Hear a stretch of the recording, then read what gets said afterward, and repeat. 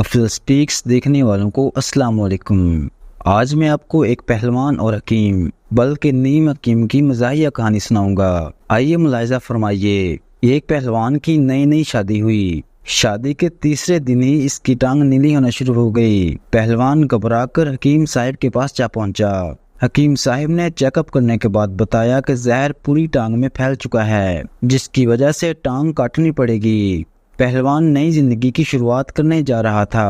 اس نے سوچا کہ اب تو مجھے سہارا مل گیا ہے، اس لیے فوراً ٹانگ کاٹنے کی اجازت دے دی۔ اگلے ہی دن دوسری ٹانگ بھی نیلی ہو گئی۔ پہلوان پریشانی کی حالت میں پھر حکیم صاحب کے پاس آیا اور کہنے لگا، حکیم صاحب خدارا میری جان بچانے کے لیے کچھ کریں، زہر بہت تیزی سے پھیلتا جا رہا ہے، اس لیے جلدی سے میری دوسری ٹانگ بھی کاٹ دیں۔ نئی شادی کی ہے، ابھی میں مرنا نہیں چاہتا۔ حکیم صاحب پہلوان کی تکلیف برداشت نہ کر سکے۔ اس نے جلدی سے دوسری ٹانگ بھی کاٹ دی اور ان کی جگہ پر پلاسٹک کی ٹانگیں لگا دیں۔ ابھی 2 دن ہی گزرے تھے کہ پلاسٹک کی ٹانگیں بھی نیلی ہو گئیں۔ پہلوان پھر پریشانی کی حالت میں حکیم صاحب کے پاس جا پہنچا۔